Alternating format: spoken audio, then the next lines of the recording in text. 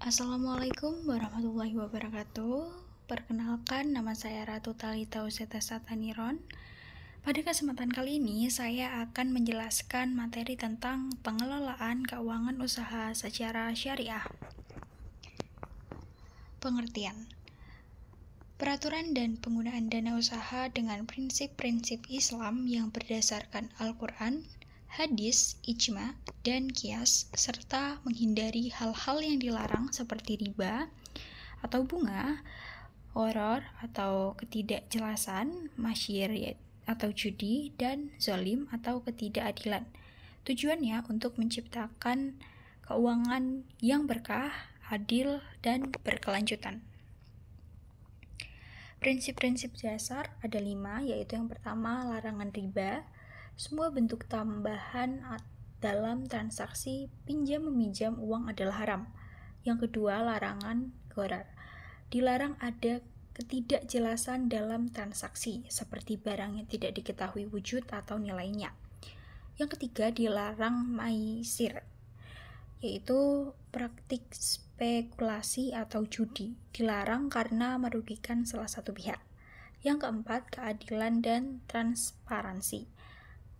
Transaksi harus adil, terbuka, dan tidak merugikan salah satu pihak. Dan yang 5, kegiatan usaha halal. Dana usaha harus dikelola pada sektor yang halal dan tidak bertentangan dengan syariat. Misalnya, tidak untuk usaha minuman keras atau perjudian. Tujuannya ada 4, yaitu yang pertama, menjaga keberkahan harta usaha. Yang kedua, menghindari kerugian modal dan sosial. Yang ketiga, mewujudkan keseimbangan antara keuntungan duniawi dan akhirat. Dan yang keempat, menumbuhkan usaha yang beretika dan berkelanjutan. Komponen pengelolaan.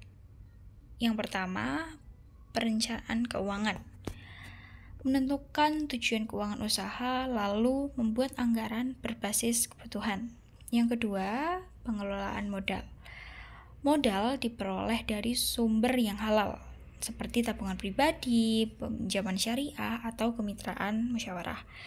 Lalu, menghindari peminjaman berbunga karena kontroversial. Dan yang ketiga, pencatatan keuangan. Mencatat semua transaksi secara jujur, rapi, dan transparan. Lalu mengisahkan antara keuangan pribadi dan keuangan usaha. Yang keempat, penggunaan dana. Dana yang digunakan hanya untuk keperluan usaha yang halal. Lalu mengutamakan efisiensi dan kebermanfaatan. Distribusi keuntungan. Keuntungan dibagi secara adil sesuai kesepakatan awal. Sebagian dialokasikan untuk zakat, infak, dan sedekah. Pengelolaan risiko. Menghindari spekulasi, menyusun dana cadangan, kolom, juga amanah. Peran zakat, infak, dan sedekah. Zakat usaha dikeluarkan wajib bila telah mencapai nisab atau batas tertentu dan haul atau 1 tahun.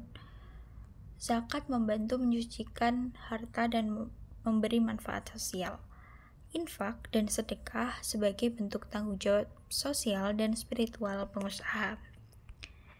Contoh praktiknya ada 5, yaitu yang pertama, membuka usaha dengan modal dari hasil tabungan. Yang kedua, jaga keuangan usaha dari riba. Yang ketiga, menyusun laporan keuangan harian. Yang keempat, mengalokasikan keuntungan untuk zakat sebesar 2,5% bila telah mencapai nisab. Dan yang kelima, menghindari usaha di sektor haram seperti makanan yang tidak halal atau menggunakan logo palsu. Kesimpulannya, pengelolaan keuangan usaha secara syariah tidak hanya menekan aspek keuntungan, tetapi juga etika, keadilan, dan keberkahan.